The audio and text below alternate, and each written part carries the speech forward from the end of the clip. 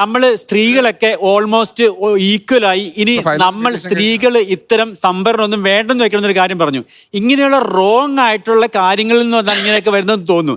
ഒന്ന്, മാം, പഞ്ചായത്ത് രാജ് നഗരപാലിക നിയമം വന്നപ്പോൾ 50% സംവരണം വന്നുകൊണ്ട് മാത്രമാണ് സ്ത്രീകളൊക്കെ പഠനത്തിലേക്ക് വന്നു തുടങ്ങിയത്. മറ്റത് വീടിന് പുറത്തേക്ക് ഇറങ്ങത്തില്ല. ഇപ്പോഴും കേരളത്തിലെ പല ജില്ലകളിലും സ്ത്രീകളുടെ ഏകദേശം 20 സംസ്ഥാനങ്ങളിൽ 50%, ബാക്കിയുള്ളവർക്ക് ഇപ്പോഴും 33% ഉള്ളൂ. അല്ലെങ്കിൽ ഈ സ്ത്രീകൾക്ക് ഒരു ഓപ്ഷനേ ഇല്ല.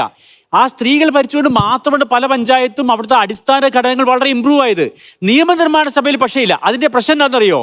സാനിറ്ററി പാഡ് ഇല്ലേ, എല്ലാ സ്ത്രീകളും നിർബന്ധപൂർവ്വം ഒരു നിവൃത്തിയില്ലാതെ 21 ദിവസം ഉപയോഗിക്കേണ്ട പാഡ്, അതിന് 18% ടാക്സും കൊക്കോക്കോളയ്ക്ക് 5% ടാക്സും വെക്കാൻ ഈ വിദ്വാന്മാർ തീരുമാനമെടുത്തു.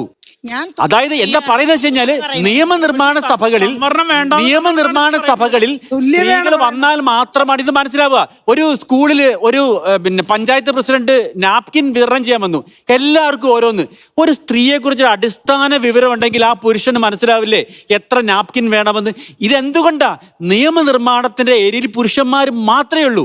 ഏകദേശം 53% സ്ത്രീകളുള്ള കേരളത്തില് കഷ്ടി 12% ഇപ്പം നിയമസഭയിലുള്ളത്. ലോക്സഭയിൽ എത്രയെന്നറിയോ? 5%. 12 പേര് 8.5%. എന്തുകൊണ്ടാ? ഈ പുരുഷ മേധാവിത്വ സമൂഹത്തില് സ്ത്രീകള് പുരുഷന്മാരുടെ തലയുമായിട്ടാണ് ഇരിക്കുന്നത്. സ്ത്രീകളുടെ രീതിയല്ല. തർക്കിക്കാനല്ല മോനെ, ഒരു കാര്യം പറയുന്നത് ഫാക്ട്സ് ആണ്. എന്ത് വേണം?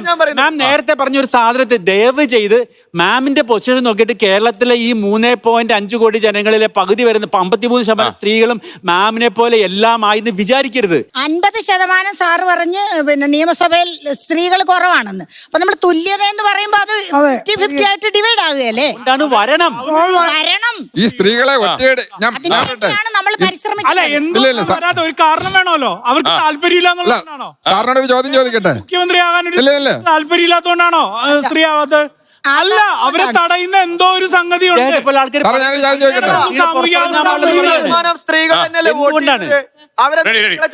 സാറിനോട് ഒരു ചോദ്യമുണ്ട്. അല്ലേ, ഞാൻ ചോദിക്കട്ടെ. സാറേ ഞാൻ ചോദിക്കട്ടെ. സാറ് പറഞ്ഞ ഇങ്ങനെ സംവരണം കൊടുക്കണം. സ്ത്രീകൾ മത്സരിക്കുന്ന സ്ത്രീകൾക്ക് വോട്ട് ചെയ്യട്ടെ. സ്ത്രീകൾക്ക് താല്പര്യമില്ലാത്ത ഇന്ത്യയിലെ മത്സരിക്കുന്നതിന് ജയിക്കാൻ സാധ്യത കൂടുതൽ. സ്ത്രീകൾ മത്സരിക്കുന്നത് ജയിക്കാൻ സാധ്യത എല്ലാ കണക്കും അങ്ങനെയാണ്.